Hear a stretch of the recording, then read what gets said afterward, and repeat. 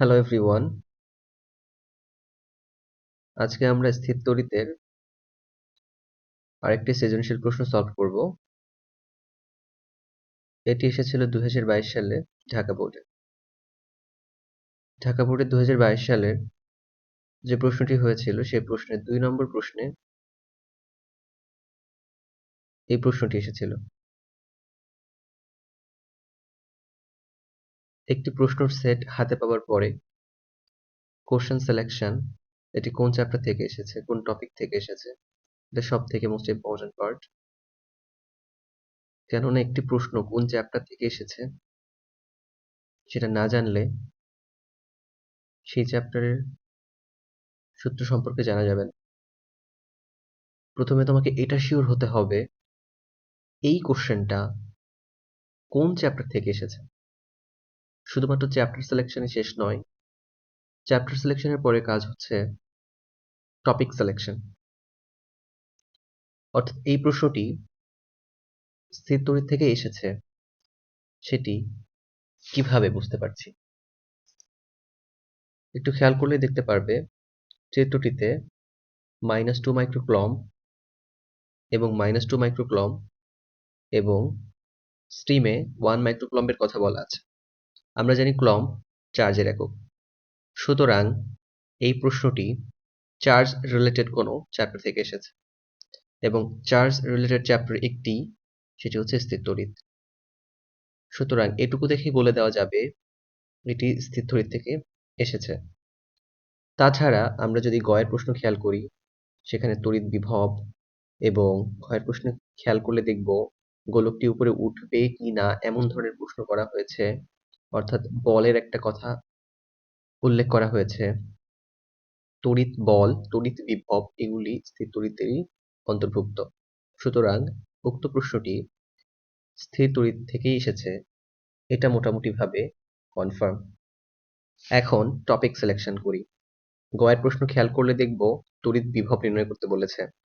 সুতরাং তড়িৎ বিভবের সূত্র V equals to 1/4 pi epsilon naught K into Q by D।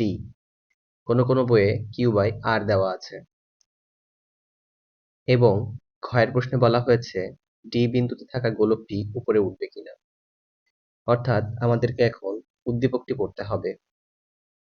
আমরা যদি উদ্দীপকটি পড়ি দেখতে পারবো বলা হয়েছে চিত্রের D বিন্দুতে 100 গ্রাম ভর এবং 1 মাইক্রোকুলম্ব চার্জের একটি গোলক ভূমির উপর D বিন্দুতে অবস্থিত এবং AB, AD, BD এর দৈর্ঘ্য পরস্পর সমান, অর্থাৎ ABD একটি সমবাহু ত্রিভুজ। তাছাড়া বলা আছে কোণ ACB অর্থাৎ ABC ত্রিভুজের ACB কোণটা 90 ডিগ্রি। তো যেহেতু একটি কোণ 90 ডিগ্রি, আমরা বলতে পারি ত্রিভুজ ABC একটি সমকোণী ত্রিভুজ এবং যেহেতু সমকোণের ঠিক বিপরীতে অতিভুজ থাকে, সেহেতু আমরা বলতে পারি ABC ত্রিভুজের AB হলো অতিভুজ এবং AC হলো ভূমি, BC হলো লম্ব। এই সমকোণী ত্রিভুজ বলে দেওয়ার পেছনে অবশ্যই কোন একটা কারণ আছে। আমরা যেহেতু খেয়াল করলে দেখবো একটা 6 সেন্টিমিটার এবং একটা দৈর্ঘ্য 10 সেন্টিমিটার দেওয়া রয়েছে, সুতরাং আমরা BC এর দৈর্ঘ্য নির্ণয় করতে পারবো পিথাগোরাসের সূত্র অ্যাপ্লাই করে, যার কারণে এখানে কোণটার কথা বলে দেওয়া আছে। এবং সর্বশেষ একটি লাইন বলে দেওয়া আছে সমগ্র ব্যবস্থাটি উল্লম্ব অবস্থায় রাখা আছে, অর্থাৎ এটি ভূমির সাথে লম্ব বরাবর রাখা আছে, ভূমির সমান্তরালে নয়। অর্থাৎ ভূমি যদি এটা হয় তার সাথে এটা এভাবে লম্বভাবে রাখা আছে। এখন গয়ের প্রশ্নে চলে আসি। সেই বিন্দুতে বিভব নির্ণয় করতে বলা হয়েছে। উল্লেখ করে দেওয়া হয়েছে কোন কোন চার্জের জন্য নির্ণয় করতে হবে। চার্জ A, B এবং D তে থাকলেও আমরা শুধুমাত্র A এবং B বিন্দুর জন্য C বিন্দুতে বিভব নির্ণয় করব। সেক্ষেত্রে আমরা প্রথমে A বিন্দুর চার্জ এবং AC এর মধ্যবর্তী দূরত্বকে কাজে লাগাবো এবং পরবর্তীতে আমরা B বিন্দুর চার্জ এবং B থেকে C এর মধ্যবর্তী দূরত্বকে কাজে লাগাবো, বিভব নির্ণয় করে তাদের যোগ করে দিব। পরবর্তীতে বলা হচ্ছে D বিন্দুর গোলকটি উপরে উঠবে কিনা, অর্থাৎ D বিন্দুতে যে 100 গ্রাম ভর এবং 1 মাইক্রোকুলম্ব চার্জের একটি বস্তু রাখা আছে সেটি উপরে উঠবে কিনা। এখন উপরে ওঠার কথা কেন আসছে? কারণ আমরা জানি যে কোনো বস্তুই তার ওজন কাজ করে নিচের দিকে। এখন এই বস্তুটা যদি উপরের দিকে উঠাতে হয় তাহলে অবশ্যই কোনো না কোনো বল সেখানে কাজ করা লাগবে। তো আমরা এখানে খেয়াল করলেই দেখব ডি তে যে 1 মাইক্রোকুলম চার্জটি রাখা আছে, এই এ বিন্দুতে -2 মাইক্রোকুলম চার্জটি ডি বিন্দুর চার্জকে আকর্ষণ করে উপরের দিকে নিয়ে যেতে চাইবে। অর্থাৎ একটি আকর্ষণ বল লাভ হবে এডি রেখা বরাবর। এই রেখা বরাবর একটি আকর্ষণ বল ক্রিয়াশীল হবে এবং সেটা হবে ডি থেকে এ বরাবর। আবার ডি বিন্দুর -2 মাইক্রোকুলম চার্জটিও ডি বিন্দুতে একটি আকর্ষণ বলের সৃষ্টি করবে। এতে করে তাদের মধ্যবর্তী একটি লব্ধি বলের সৃষ্টি হবে আর ওজন বলটা নিচের দিকে ক্রিয়া করবে। তাহলে বস্তুটি কখন উপরে উঠবে? যদি লব্ধি বল বেশি হয়ে যায় ওজন বল থেকে, একমাত্র তখনই ডি বিন্দুর বস্তুটি উপরের দিকে উঠবে, অন্যথায় উঠবে না। এখন আমরা সমাধানে চলে আসি।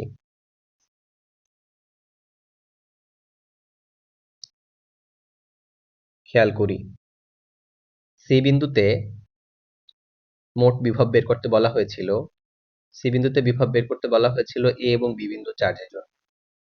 অর্থাৎ এ বিন্দুর চার্জের জন্য বিভব যদি ভি এ হয় তাহলে আমরা এ বিন্দুর চার্জ এবং এ থেকে সি বিন্দুর মধ্যবর্তী দূরত্ব নির্ণয় করব।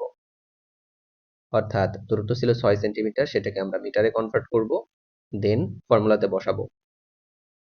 একইভাবে আমরা সি বিন্দুতে বি বিন্দুর চার্জের জন্য যে বিভবটা সৃষ্টি হয় সেটা নির্ণয় করব। তখন আমরা বি বিন্দুর চার্জ এবং বি থেকে সি এর দূরত্বটা নির্ণয় করব।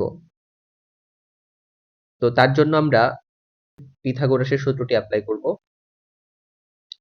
তো আমরা জানি অতিভুজ স্কয়ার সমান সমান ভূমি স্কয়ার যোগ লম্ব স্কয়ার, এবং সেখান থেকে আমরা যে মানটা অজানা সেই মানটা নির্ণয় করে নিব। তো বিসি এর মান এখানে আমরা 8 পেয়েছি, সেই দূরত্বটা আমরা ভিবি নির্ণয় করতে কাজে লাগাবো।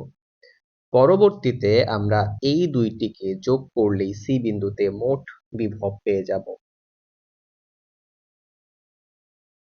এবং আমরা যদি ঘয়ের প্রশ্ন লক্ষ্য করি তাহলে দেখব ডি বিন্দুতে যে 1 কেজি ভরের বস্তুটা বা যতটুকু দেওয়া ছিল সম্ভবত 100 গ্রাম, তাহলে যদি 100 গ্রাম থাকে 100 গ্রাম ভরের বস্তুটি নিচের দিকে একটি ওজন ক্রিয়া করবে।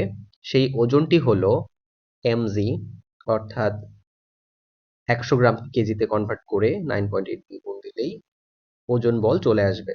সেটি এসেছে 0.98 নিউটন। এবং ডিএ বরাবর যে আকর্ষণ বল এবং ডিবি বরাবর যে আকর্ষণ বল কাজ করছে সেটা আলাদা করে নির্ণয় করতে হবে। তবে এখানে F1 এবং F2 অর্থাৎ ডিএ বরাবর যে বলটি কাজ করছে ডিবি বরাবরও সেই একই বল কাজ করবে, কেননা এ বিন্দুতে থাকা চার্জের পরিমাণ বি বিন্দুতে থাকা চার্জের পরিমাণ একই, আবার ডি থেকে এ এর দূরত্ব এবং ডি থেকে বি এর দূরত্বও একই। সুতরাং বলের মান সমান হবে এবং তাদের লব্ধি হবে r equals to root over f1 square plus f2 square plus 2f1 f2 cos alpha। এখানে আলফা মানে হলো f1 এবং f2 এর মধ্যবর্তী কোণ। যেহেতু এটি সমবাহু ত্রিভুজ ছিল সেহেতু এদের মধ্যবর্তী কোণ হবে 60 ডিগ্রি।